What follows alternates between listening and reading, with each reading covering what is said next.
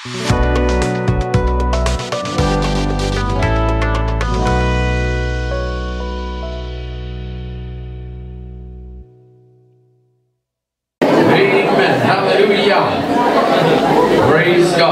ভালো বিষয় যে রোববার দিন সকালে আমরা আসতে পারি, আমরা ঈশ্বরের বাক্য থেকে একসঙ্গে আমরা শিখতে পারি। Amen, amen. আপনার পাশে যিনি বসে রয়েছেন বলুন, একসঙ্গে আমরা শিখতে পারি। আমেন। আজকের যে প্রচার্য বিষয় হলো তা আজকে আমরা দেখবো। আমি চেষ্টা করেছিলাম অনেকদিন ধরে যে যাতে পাওয়ার পয়েন্ট প্রেজেন্টেশন থাকে। আর আজকের আমাদের যে প্রচার্য বিষয় হলো তা হলো what kind of mind do you have? আপনার মধ্যে কি ধরনের মন রয়েছে? আপনার মধ্যে কি ধরনের মন রয়েছে? আপনার পাশে যিনি বসে রয়েছেন আপনি তাকে জিজ্ঞেস করেন কি ধরনের মন রয়েছে। তাই জন্য আপনি দেখুন কি সুন্দর একটি ব্রেন। আমার বাড়িতে যদি আসেন, আমার একটি মাছ রয়েছে, মাছের নাম হলো ফ্লাওয়ার হর্ন। মাছটার মাথাতে এত বড় একটা বেলুন রয়েছে, ওকে। আর সে ওই বড় মাথাটা নিয়েই সেটাকে চলে। যদি আপনি বিশেষভাবে রজতকে জিজ্ঞেস করেন, যারা মাছের বিষয় পাখির বিষয় জ্ঞান রাখে, তারা বলবে, তাই না রজত? বড় ফ্লাওয়ার হর্নের আর এত বড় একটা মুকুট টাইপ রয়েছে, আর সেটা বেশ অনেক দামি মাছ, আর আমি খুব পছন্দ করি তাকে। তো সেরকমই যেন আমাদের মাথাটা, তাই না? ব্রেনটা ঠিক সেরকমই লাগছে। আর what kind of mind do you have? আজকে কি ধরনের আপনার মধ্যে কি ধরনের মন রয়েছে? অনেক সময় আমি অ্যাকচুয়ালি স্টাডি করবার চেষ্টা করছিলাম যে আমাদের বিশ্বাসীদের মনগুলো অনেক সময় আমরা বুঝতে পারি না, আর কি ধরনের মন আমাদের মধ্যে কাজ করে। আর তাই জন্য যখন আমি স্টাডি করছিলাম আমার কাছে 9 ধরনের মন আমি দেখতে পাই, যেটা বাইবেল আমাদেরকে বলে। কিন্তু তার আগে 3টি শাস্ত্র অংশ আমরা খুলে রাখবো, ওকে। 3টি শাস্ত্র অংশ আমরা খুলে রাখবো। একটা হলো রোমিও তার 12 অধ্যায় 2 পদ, ওকে। রোমিও তার 12 অধ্যায় 2 পদ, ওকে। আর সেখানে বলছে, আর এই যুগের অনুরূপ হইও না, কিন্তু মনের নতুনীকরণ দ্বারা স্বরূপান্তরিত হও, যেন তোমরা পরীক্ষা করিয়া জানিতে পারো ঈশ্বরের ইচ্ছা কি, যা উত্তম ও প্রীতিজনক। আমেন। আপনার পাশে যিনি বসে রয়েছেন তাকে বলুন, এই যুগের অনুরূপ হইও না, কিন্তু স্বরূপান্তরিত হও।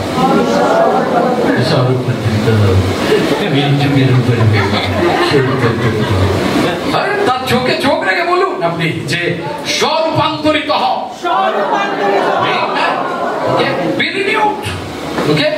দ্বিতীয় শাস্ত্র অংশ আমরা যেটা দেখবো সেটা হলো ফিলিপিও তার 2 অধ্যায় 5 পদ। ফিলিপিও তার 2 অধ্যায় 5 পদ। আর সেখানে বলছে, খ্রিস্ট যিশুতে যে ভাব ছিল তা তোমাদের মধ্যেও হোক। আপনার পাশে যিনি বসে রয়েছে তাকে বলুন, যিশুর মনোভাব যেন তোমার মনোভাব হয়। ওকে। এবার অন্যদিকে যিনি বসে রয়েছে তাকে বলুন, যিশুর মনোভাব যেন তোমার মনোভাব হয়। এইবারে আপনি আপনার প্রতিবেশীকে বলুন, শয়তানকে জায়গা দিও না। Amen, hallelujah. ওকে। তৃতীয় শাস্ত্র অংশ, আর সেটা হলো রোমিও তার 8 অধ্যায় 5 এবং 7 পদ। রোমিও তার 8 অধ্যায় 5 এবং 7 পদ। অনেক সময় আপনারা যারা নোটস নেন তাই জন্য, কারণ অনেক সময় যখন আমি কিছু বলি অনেকে জিজ্ঞেস করে আরে বিয়ের সময় আমরা একটা কথা বলি, আপনারা জানেন, সেটা লক্ষ্য করবেন যে এই ছেলে এই কন্যাকে বিবাহ করিতে চলেছে, বা এই কন্যা এই ছেলেকে বিবাহ করিতে চলেছে। যদি কারোর কিছু বলা থাকে এখন বলুক, নাহলে চুপ করে থাকুন, ওকে, সারা জীবনের মতন। আর যখন আমি পুলপিটে উঠি তখন সেটাই মানে কার্যকারী। যদি না শুনতে পারেন, যদি না বুঝতে পারেন, তাহলে চুপ করে থাকুন।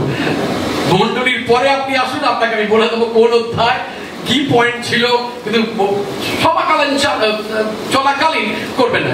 কি ছিল, কি ছিল, পেছনে ঘুরে হ্যাঁ এই দিদি কি ছিল, আবার কেউ 4 নম্বর রো থেকে বলছে এই পদটা কি বলতে পারবে, তাহলে আমরা করন্থীয় মণ্ডলী হয়ে যাব। করন্থীয় মণ্ডলীর এগুলো একটা চিহ্ন। ওকে, রোমীয় তার 8 অধ্যায় 5 থেকে 7 পদ। আর সেখানে বলছে, কেননা যারা মাংসের বশে আছে তাহারা মানসিক বিষয় ভাবে, কিন্তু যারা আত্মার বশে আছে তারা আত্মিক বিষয় ভাবে। কারণ মাংসের ভাব মৃত্যু, কিন্তু আত্মার ভাব জীবন ও শান্তি। কেননা মাংসের ভাব ঈশ্বরের প্রতি শত্রুতা, কারণ তাহা ঈশ্বরের ব্যবস্থার বশীভূত হয় না, বাস্তবিক হইতেও পারেও না। ওকে, তাই জন্য আজকের আমাদের প্রচার্য বিষয় কি, যে আপনার মধ্যে কি ধরনের মন আছে বা রয়েছে। না, আমরা অনেকে হয়তো এই কথাটা শুনে রেখেছি বা শুনেছি কখনো না কখনো, মন যতটুকু দেবে ততটুকুই পারবো। তার মানে এটা কি বলছে? মনের শক্তির বিষয় বলছে। মন যতটুকু দেবে আমি ততটুকুই পারবো। কিন্তু বাইবেলও আমাদের শেখায় যে আমাদের মন, আমাদের চিন্তা, আমাদের কাজ এবং ঈশ্বরের সাথে সম্পর্ক স্থাপনের ক্ষেত্রে একটি গুরুত্বপূর্ণ ভূমিকা পালন করে। আমার প্রিয়তমেরা, পবিত্র বাইবেল বলে বিভিন্ন ধরনের মনোভাব রয়েছে বাইবেলে, যেগুলি আমাদের আত্মিক যাত্রায় বিভিন্ন প্রভাব ফেলতে পারে। আজকে আপনি কোন রকমের মন নিয়ে আজকের এখানে বসে রয়েছেন? What kind of mind do you have? আজকের আপনার কিরকম ধরনের মন আজকে রয়েছে? আর আপনাকে বলি আমার প্রিয়তমের আমার ভাই এবং বোনেরা, প্রতিটি মনোভাবের আলাদা প্রভাব রয়েছে। প্রত্যেক মনোভাবের একই প্রভাব নেই। তাই জন্য আপনি দেখবেন যখন আপনি কারোর সঙ্গে কথা বলবেন, আপনি খুব উৎসাহিত হয়ে ফিরে আসবেন বাড়িতে। আবার কারোর কাছে গিয়ে আপনি আপনার যাতনা, আপনার হৃদয়ের কথা আপনি বলবেন। আপনি তাকে বলবেন আপনি কি চান, আপনি কি বিষয়ে প্রার্থনা করছেন, আর আপনাকে তারা যা বলবে আপনি খুব দুঃখিত হয়ে আপনি ফিরে আসবেন। এগুলো নির্ভর করে একটা মনোভাবের উপরে। আর তাই জন্য প্রত্যেকটি মনোভাব আমাদের জীবনে আলাদা আলাদা প্রভাব ফেলে। এবং এই উপদেশের মধ্যে আমরা শিখবো আজকে যে এই মনোভাবগুলো কিভাবে আমাদের ব্যবহার করা উচিত বা কিভাবে আমাদের মধ্যে রয়েছে এবং কিভাবে সেটাকে সঠিক মনোভাবে পরিবর্তন করা উচিত, যাতে আমরা ঈশ্বরের ইচ্ছাকে আমরা জানতে পারি, ঈশ্বরের ইচ্ছা দ্বারা যেন আমরা চলি। আমেন। আপনার পাশে যিনি বসে রয়েছেন তাকে বলুন, ঈশ্বরের ইচ্ছা অনুযায়ী। আমেন। আজকের প্রথম মনোভাব হলো সঠিক মনোভাব। ওকে, এখনো স্লাইডে আসেনি কিন্তু আসবে। সঠিক মনোভাব, রাইট মাইন্ড। আপনার পাশে যিনি বসে রয়েছে তাকে বলুন সঠিক মনোভাব। আর সেটার জন্য আমরা ফিরে যাব মার্ক লিখিত সুসমাচার এবং তার 5 অধ্যায় আজকে আমরা দেখব। আপনার যদি থাকে মার্ক লিখিত সুসমাচার তার 5 অধ্যায় আপনি দয়া করে খুলবেন এবং সেখানে আমরা দেখব যে সঠিক মনোভাবের যে ব্যাখ্যা সেখানে রয়েছে। আপনি যদি দেখেন সেখানে আমরা দেখতে পাই সেখানে একটি ভূতগ্রস্ত লোকের কথা বলা হয়েছে। সেখানে একটি লোকের কথা বলা রয়েছে যিনি ভূতগ্রস্ত এবং তিনি কি করে? তিনি উলঙ্গ হয়ে ঘুরে বেড়ায়, কারণ তার সঠিক মস্তিষ্কে তিনি নেই।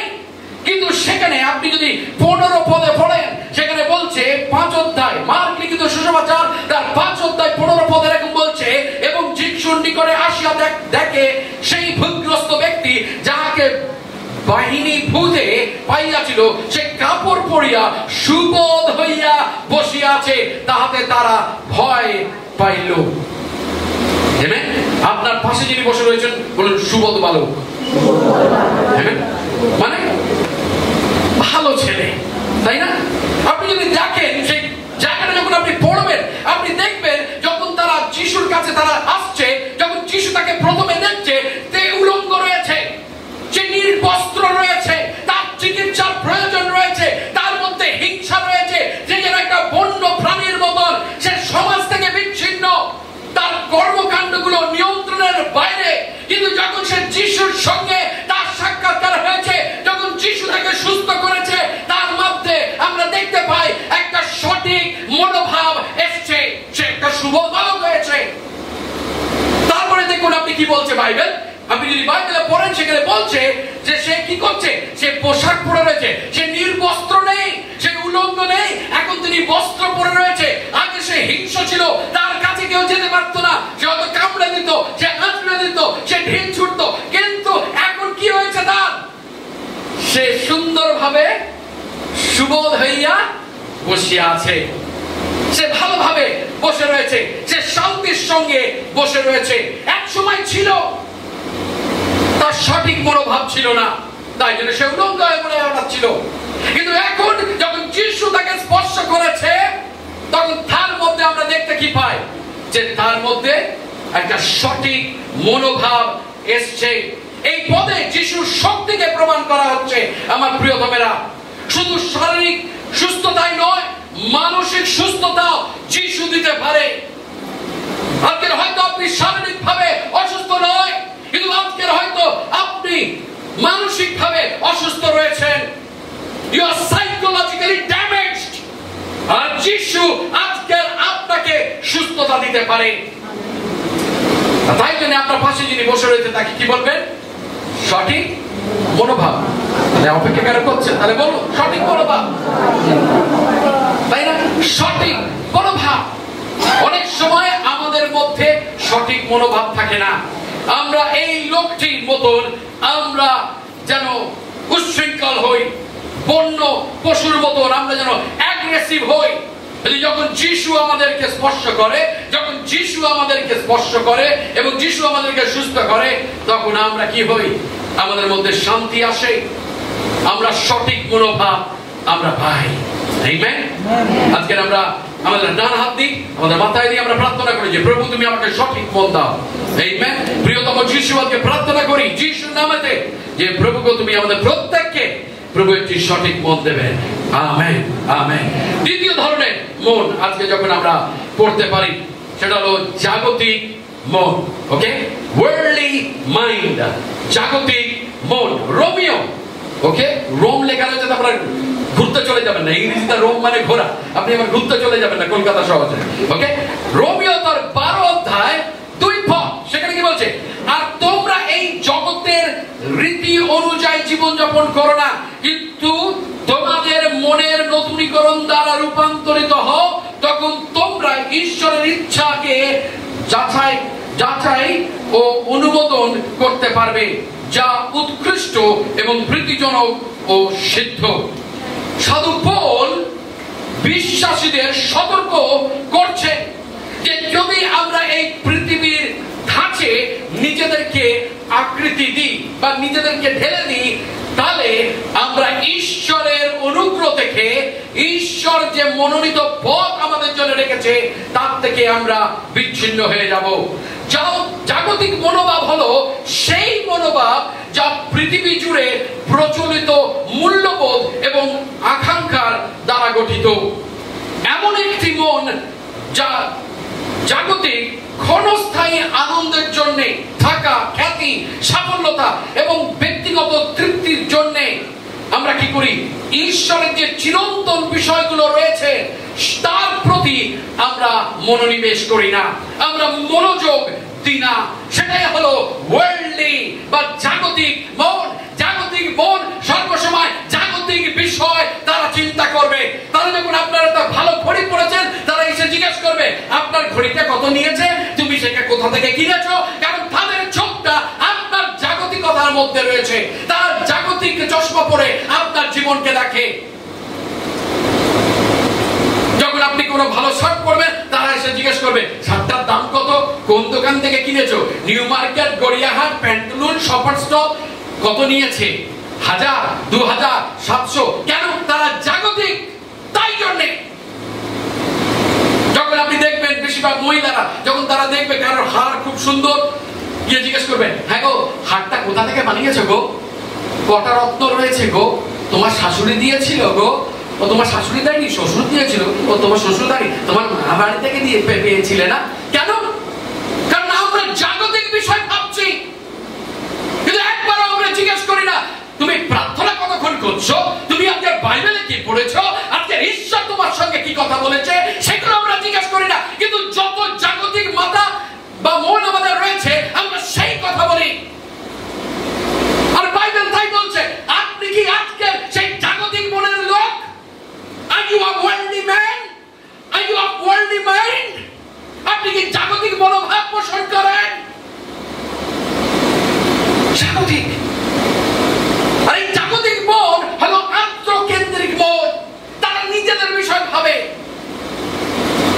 হিন্দি বইয়ের একটা গান ছিল না, আপনা কাম বানতা তো ভাড় মে যায় জানতা, শুনেছেন? সালমান খান ছিল মনে হয়। আপনা কাম বানতা তো ভাড় মে যায় জানতা। আত্মকেন্দ্রিক কথা, সেলফিশনেস, যে আমার চিন্তা, আমার বিষয়। আর এই হলো সেই মনোভাব যারা ভোগ বিলাসিতার উপরে নির্ভর করে। এই হলো সেই মনোভাব যারা ক্ষণস্থায়ী সেই জগতের বিষয়গুলিকে প্রাধান্য দেয়। এই হলো সেই মানসিকতা যারা চিরকাল এবং আত্মিক বিষয়গুলোই তাদের কাছে কোনো মানে রাখে না। সেই চিরকালীন বা আত্মিক বিষয়গুলি প্রায় উপেক্ষিত হয় তাদের জীবনে। They do not think about spiritual things, things on high. তারা সেই ঈশ্বরের বিষয় তারা চিন্তা করে না, ঈশ্বরের জিনিসের বিষয় চিন্তা করে না, তারা আত্মার বিষয় চিন্তা করে না, ঈশ্বরের রাজ্যের বিষয় চিন্তা করে না, কিন্তু তাদের চিন্তা সমস্ত কিছু জাগতিক কথাকে নিয়ে। কারণ তারা হলো জাগতিক। এবং আপনাকে বলি, বিশ্বাসীর উপর কি প্রভাব এই জাগতিকতা ফেলতে পারে। এই জাগতিকতার মনোভাব আমাদের খ্রিস্টের মূল্যবোধ থেকে বিচ্ছিন্ন করবে। তাই জন্য অনেক সময় খ্রিস্টীয় বিশ্বাসী আমরা সাধারণভাবে জীবনযাপন করতে পারি না। যখন আমরা দেখি লোকেরা অনেক দামি জামা পরছে, তখন আমাদের ইচ্ছায় দামি জামা পরার। কিন্তু আমার যিশুকে দেখুন, খুব সিম্পল লাইফস্টাইল। কিছুদিন আগে আমাদের কাউকে ডাকতে হয়েছিল, আমাদের একটি পালককে, এবং তাকে আমাদেরকে শাসন করতে হয়েছিল। কেন? কারণ পালকের নাকি বাউন্সার দরকার। পালক যেখানে যায় তার সঙ্গে দুটো বডিগার্ডও যায়। কিসের জন্য? আর সেই ভিডিওটাই আমরা দেখলাম যে পালক একলাই হাঁটছে আর পাশে দুটো বডিগার্ড রয়েছে, পেছনে কোনো লোক নাই।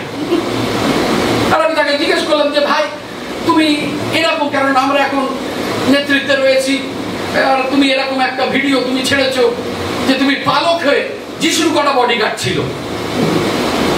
যিশু লোকেদের মাঝে যেতেন, ঝাঁপিয়ে পড়তেন, লোকে এসে চুরিয়ে তার জামাকে স্পর্শ করত। কেন জানেন? যখন আমরা দেখি অন্য প্রচারক এরাম করছে, বড় বড় প্রচারক এরাম করে হালেলুয়া করছে, আর এখানে একটা হীরের, মুক্তের বা সোনার চেন ঝুলছে, আমাকেও সেটা করতে হবে না। ভাই, আমাকে করতে হবে না। কারণ যখনই আমি তার মতন হতে চাইবো, আমি জাগতিকতার মধ্যে প্রবেশ করছি। আর আমার মূল্যবোধ খ্রিস্টের মূল্যবোধ থেকে অনেকটা সরে যাচ্ছে। তাই জন্যে আপনাকে বলি, বিশ্বাসীর উপরে এটা অনেক বড় প্রভাব ফেলে, পাপের মধ্যে ফেলতে পারে এই মনোভাব। কারণ অনেক সময় যখন আমাদের জাগতিক মনোভাব থাকে, এটা আমার চাই, সেটা আমার চাই, এটা আমার চাই, তখনই আমরা দুর্নীতিগ্রস্ত হই।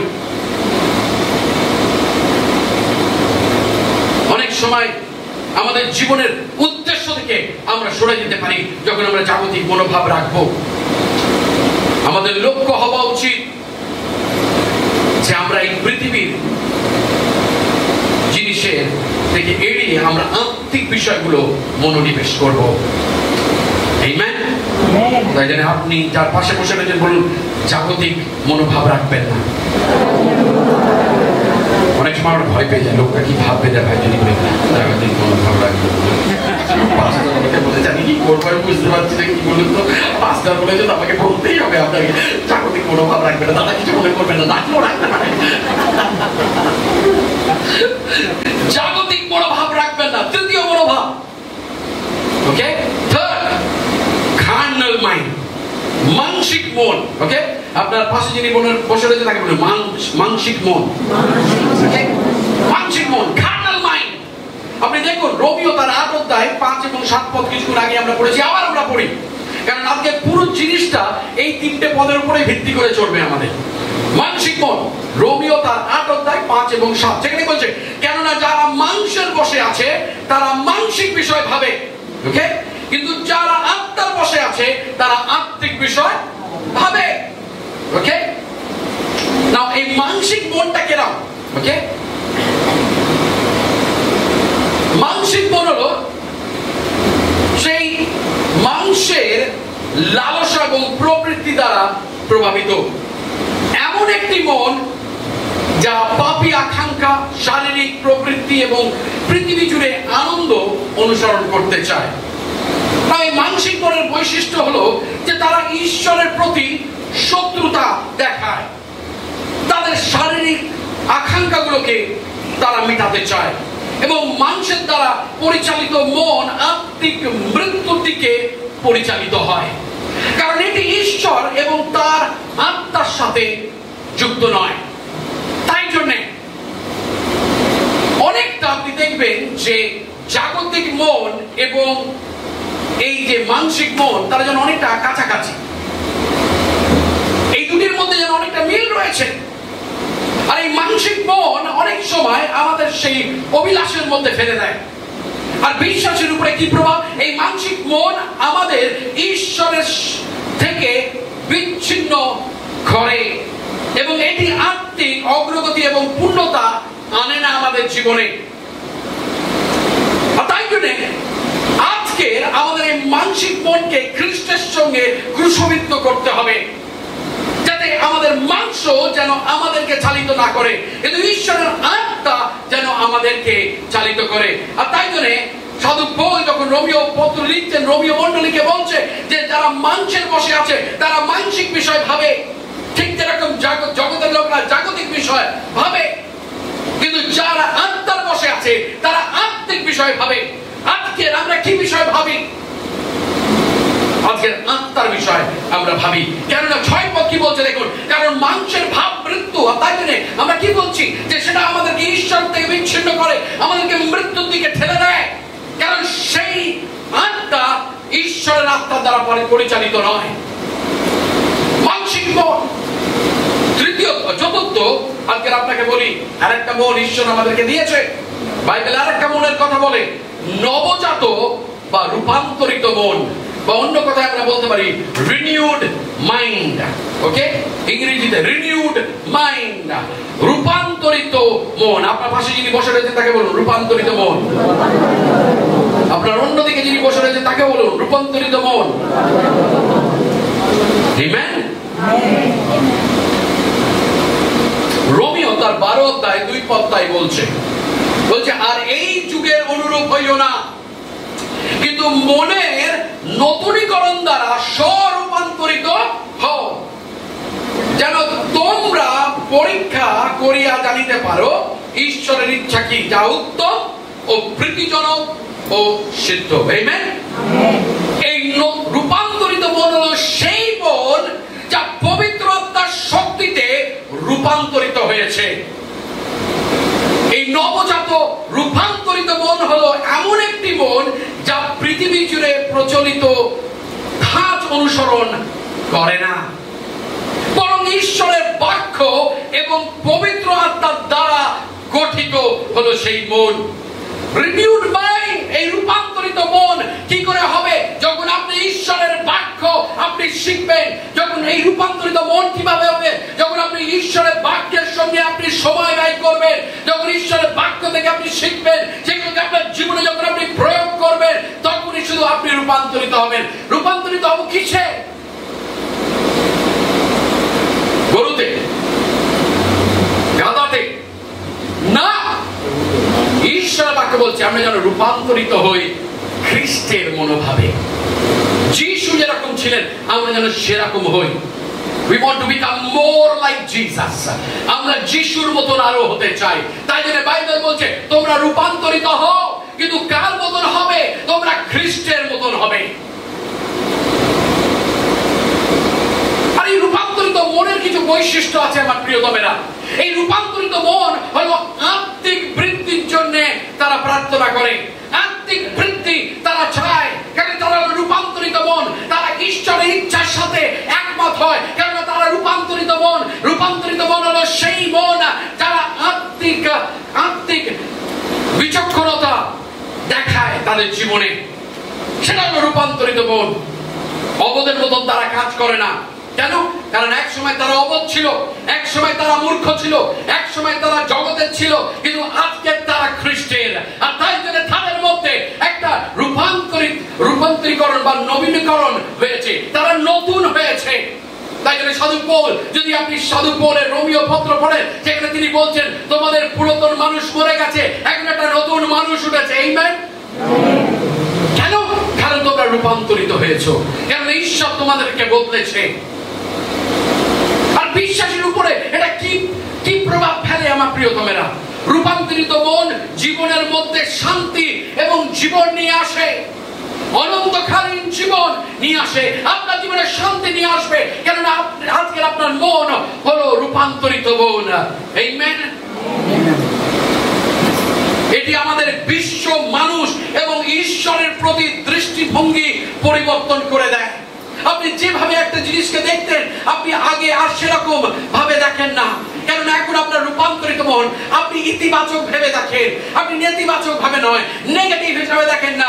আপনি সমস্ত কিছু, আপনার পরিস্থিতি অত কঠিন থেকে কঠিনতর, আপনার পরিস্থিতি হয়তো খুব গুরুতর, কিন্তু তার সত্ত্বেও আজকের আপনি সেটাকে ইতিবাচক ভাবে দেখেন। যখন আপনি অসুস্থ রয়েছেন, যখন আপনার পরিস্থিতি আপনার বিপক্ষে দাঁড়াচ্ছে, সেখানেও আপনি বলছেন যে ঈশ্বর নিয়ন্ত্রণে রয়েছে, কারণ ঈশ্বর আমার মুক্তিদাতা, তিনি আমার পরিত্রাতা, তিনি আমার যে সমস্যার মধ্যে থেকে আমি যাচ্ছি সেটাকে তিনি ফিরাবেন, তিনি সেই দিক, তাই গতি তিনি ফিরিয়ে দেবেন।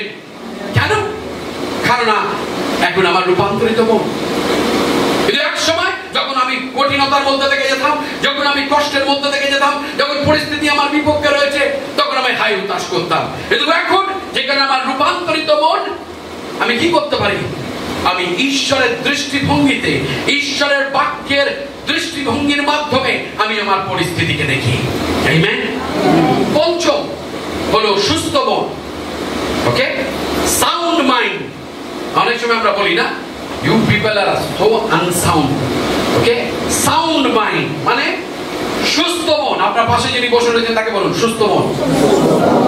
ওকে, এবার অন্যদিকে যিনি বসে রয়েছেন সুস্থ মন বলুন। আমেন। আজকে আর একটা জিনিস করবো, যিনি আপনার পেছনে বসে রয়েছেন তাকে ঘুরে বলুন সুস্থ মন।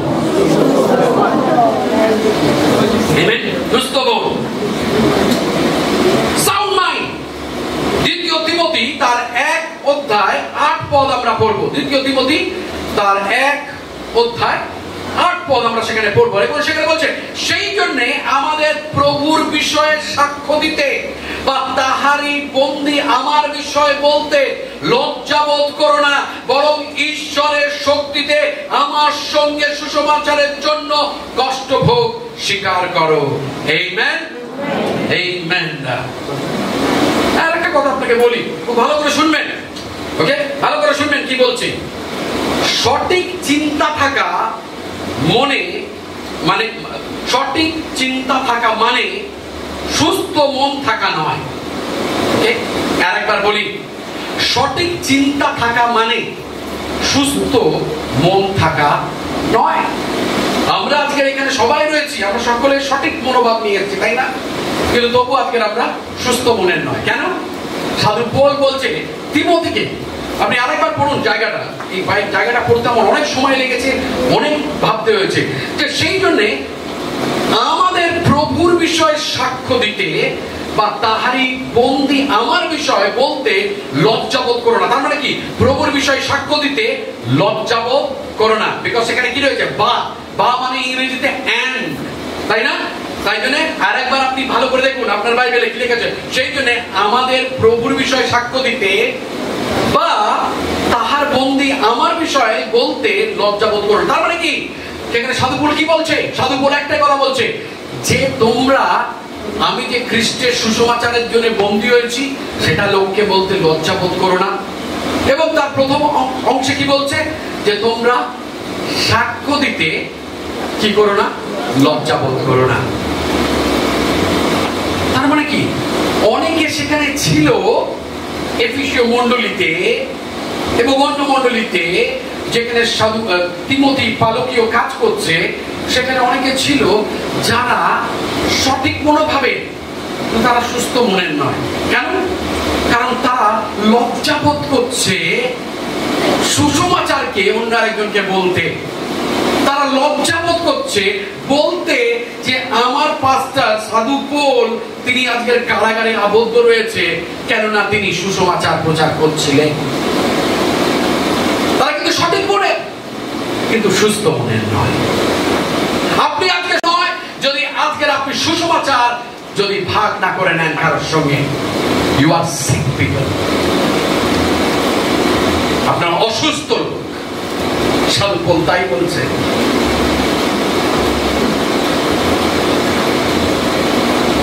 এই সুস্থ মন মানে হলো যে সবচেয়ে শক্তিশালী এবং স্থায়ী চিন্তাগুলি সঠিক, অসুস্থ নয়। সে এমন একটা সুস্থ মনের মানুষ যার মধ্যে ঈর্ষা নেই, ঘৃণা নেই, ক্ষোভ নেই, কিন্তু সেই চিন্তাগুলো রয়েছে যা ঈশ্বরকে গরিমা দেয়। সে হলো সুস্থ মনের লোক। সে হলো সুস্থ মনের লোক যে সুসমাচারের জন্য উদ্দেশ্যমূলক জীবনযাপন করে। যখন আমাদের মন খ্রিস্টে এবং তার উদ্দেশ্যগুলির উপরে কেন্দ্রভূত হয়, তখন এটি আমাদের সাহসের সাথে সুসমাচার প্রচার করতে সক্ষম করে এবং লজ্জা পেতে দেয় না। যদি সুসমাচার প্রচার না করে থাকি, তাহলে আমরা সুস্থ মনের নই। আর একটি স্ট্যাটিস্টিক পরিসংখ্যা এরকম দেখাচ্ছে, একটি মণ্ডলীর মধ্যে 2% লোক ঈশ্বরের কাজ করে, সুসমাচারের হয়ে কাজ করে, 98% তারা দর্শক হিসাবে রয়ে যায়।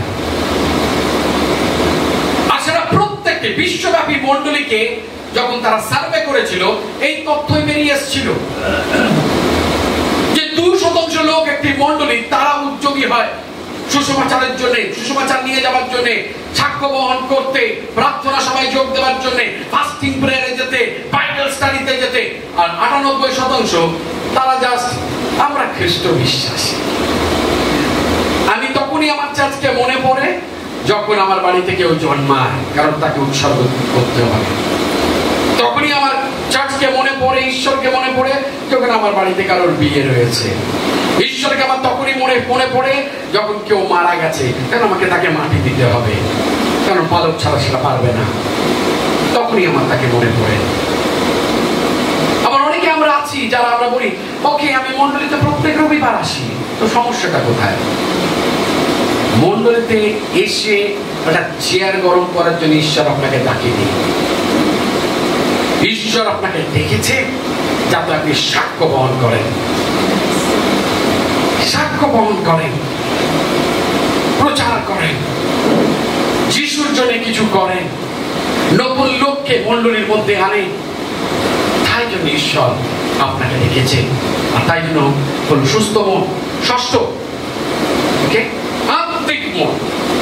ওকে, আত্মিক মন। আপনার পাশে যিনি বসে রয়েছে তাকে বলুন আত্মিক মন, স্পিরিচুয়াল মাইন্ড।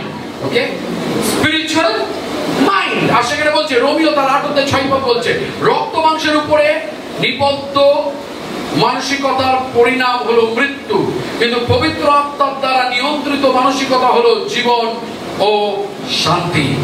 ঈশ্বর চান যেন আপনার মন আপনার আত্মার উপরে কেন্দ্রভূত থাকে। শাস্ত্র আমাদের সতর্ক করে যে আমরা যেন আমাদের মনকে আমাদের প্রভুর মতো তৈরি করি এবং প্রভুর কাছে সমর্পিত করি।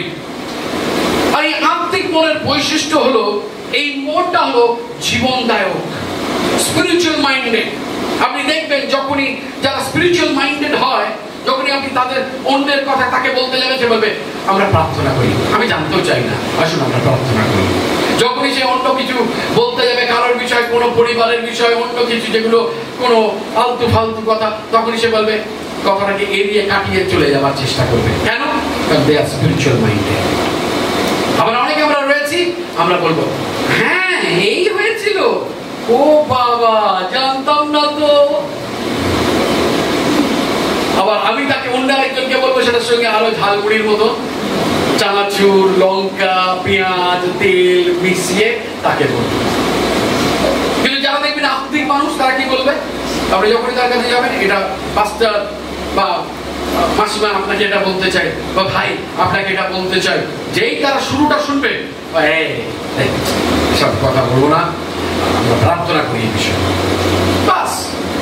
কিন্তু আমাদের মধ্যে কি আছে জানেন, একটা সিআইডি ডিটেকটিভ কাজ করে, আমরা ডিটেকটিভ পানা করি।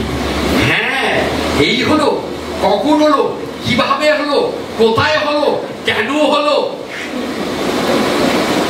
কিন্তু যে স্পিরিচুয়াল মাইন্ড, যে শুরুটা শুনবে সে বলবে হ্যাঁ এগুলো কথা বলবো না। বা অনেক সময় আমরা গ্রুপে কথা বলি না, হয়তো কেউ হঠাৎ করে বললো এই জানো এখানে কি হয়েছিল, এই বাবা সেদিনকে এইটা বলছে, সে যখন এখানে উপস্থিত নেই তার নাম নেবে না। অ্যাকচুয়াল রুল তাই, আপনি জানেন, যদি আপনি আত্মিক হন, যখন কেউ সেখানে উপস্থিত নেই তার নাম আপনি সেখানে নেবেন না, কোনো বিষয়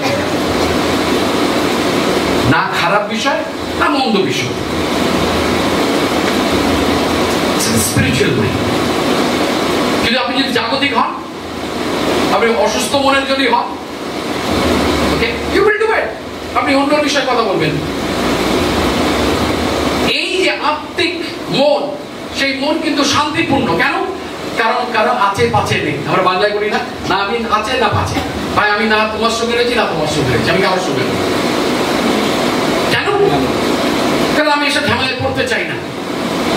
যারা আত্মিক মনের হয় আপনি দেখবেন তারা কোনো ঝামেলায় পড়ে না।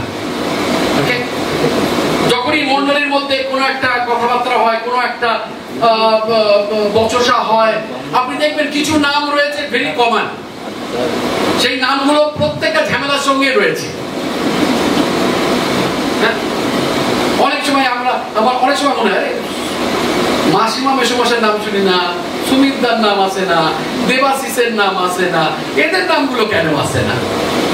তো অনেকের আছে দেখবেন, আমি জাস্ট উদাহরণস্বরূপ, ক্ষমা করবেন, উদাহরণস্বরূপ ব্যবহার করছি, কিন্তু কিছু জনের নাম আছে, একটা প্রবলেম হয়েছে এই ভাইয়ের সঙ্গে, যখন সমস্যাটা হয়েছে সে কোনো মন্তব্য করেছে, তো যখনই আপনি মন্তব্য করছেন তখনই কিন্তু আপনি পার্টি টু দ্যাট প্রবলেম, আপনি কিন্তু জড়িয়ে গেলেন।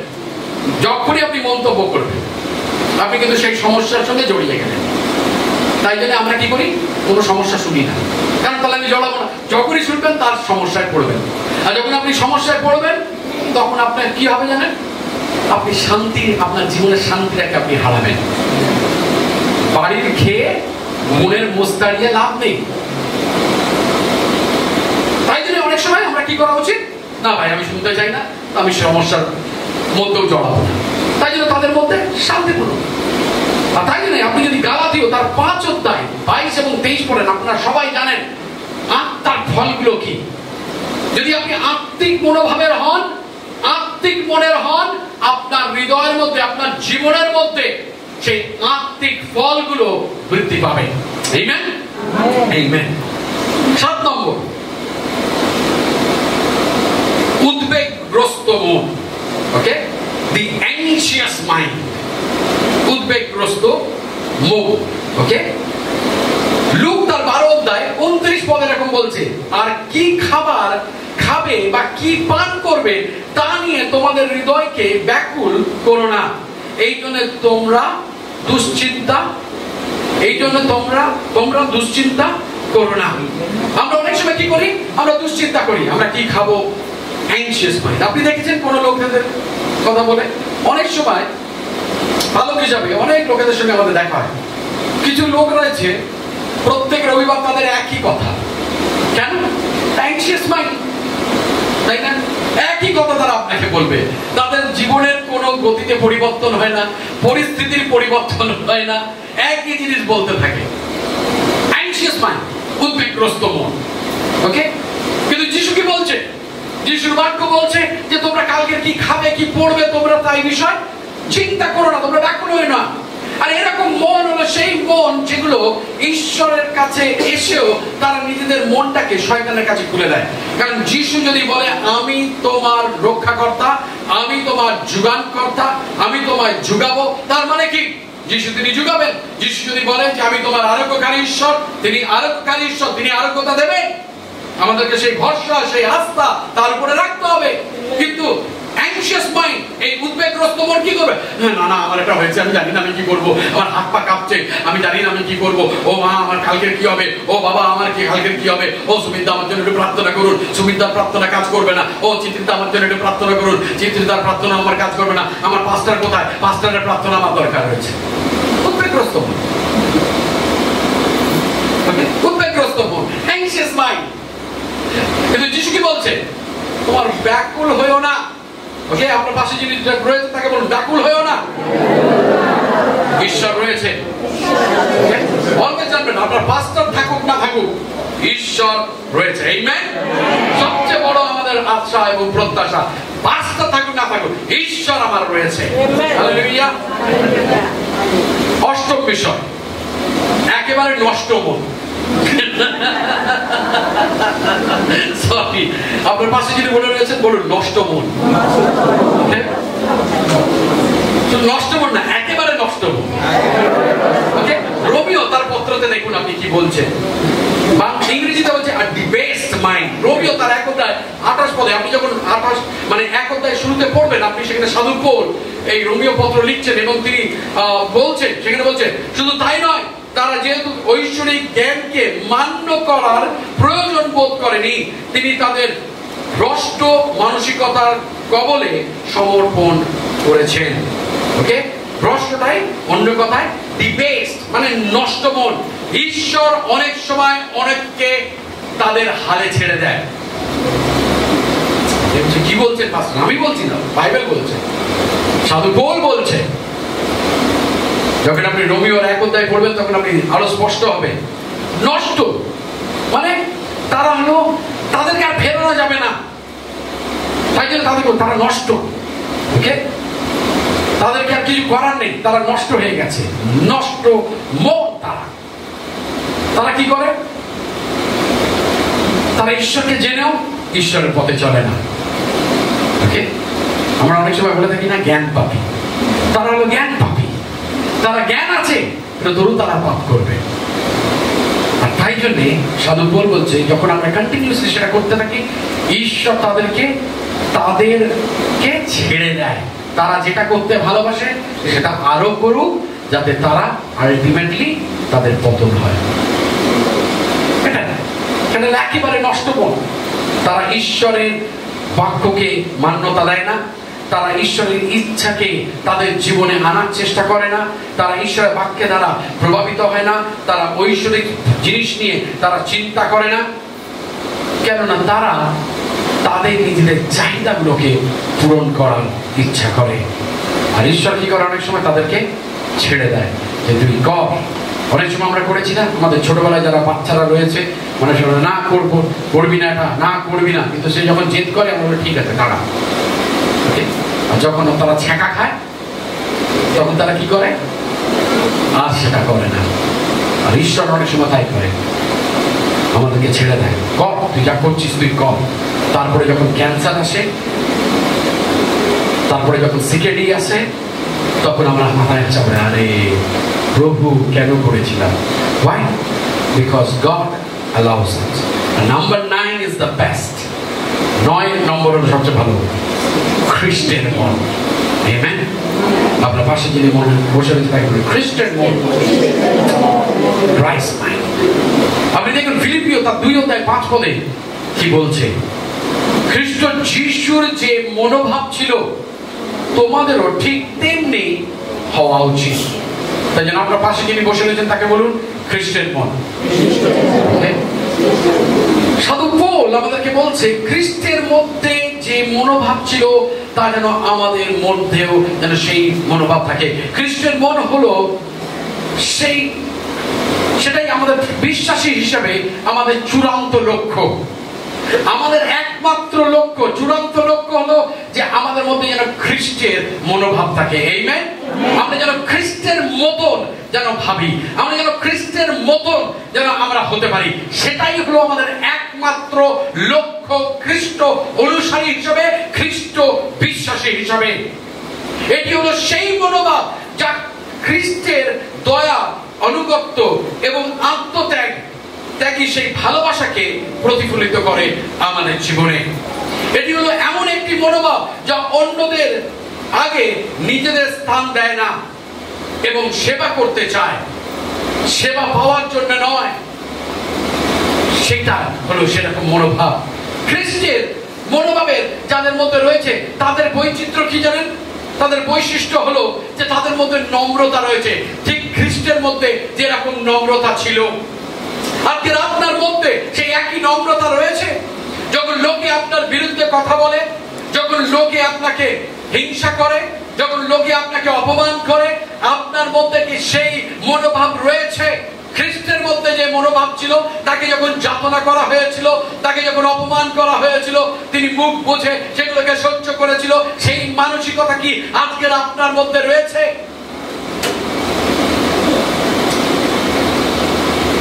পিতার প্রতি প্রভু যিশুর যে ওবিডিয়েন্স, বাধ্যতা ছিল, সেই বাধ্যতা কি আজকের আপনার মধ্যে রয়েছে? আমার প্রিয়তমের, আজকের আমাদের প্রার্থনা হোক যে প্রভু আজকে তোমার মতন মন আমাদেরকে দাও। তাই জন্য সাধু পৌল কি বলছে? সাধু পৌল বলছে যিশু মানে খ্রিস্ট যিশুর যে মনোভাব ছিল তোমাদেরও ঠিক তেমনি হওয়া উচিত। তার মানে কি সেই রকম মানসিকতা তাদের মধ্যে ছিল না।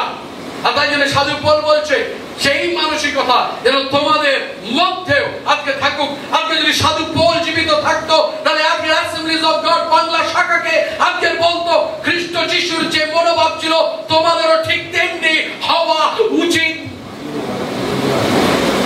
সাধু পৌল আজকে তাহলে আমাদেরকে বলতো খ্রিস্টের মধ্যে যে মনোভাব রয়েছে তা যেন তোমাদের মধ্যেও থাকে। যখন তোমাদের অপমান করবে কেউ, তখন তোমরা রিঅ্যাক্ট করবে না। যখন তোমাদের বিষয়ে কেউ কুকথা বলবে, তখন তুমি রিঅ্যাক্ট করবে না। তুমি ঈশ্বরের বাধ্য হবে, ঈশ্বরের কাজ করবে, ঈশ্বরের সেবা করবে, ঈশ্বরের গুণকীর্তন করবে। তোমাদেরও ঠিক তেমনি হওয়া উচিত। এবং শেষ বিষয় আজকের আমাদের সেটাই ছিল যে খ্রিস্টের মনোভাব। আজকের আমাদের মধ্যে সেই খ্রিস্টের মনোভাব যেন থাকে। আমার প্রিয়তমেরা,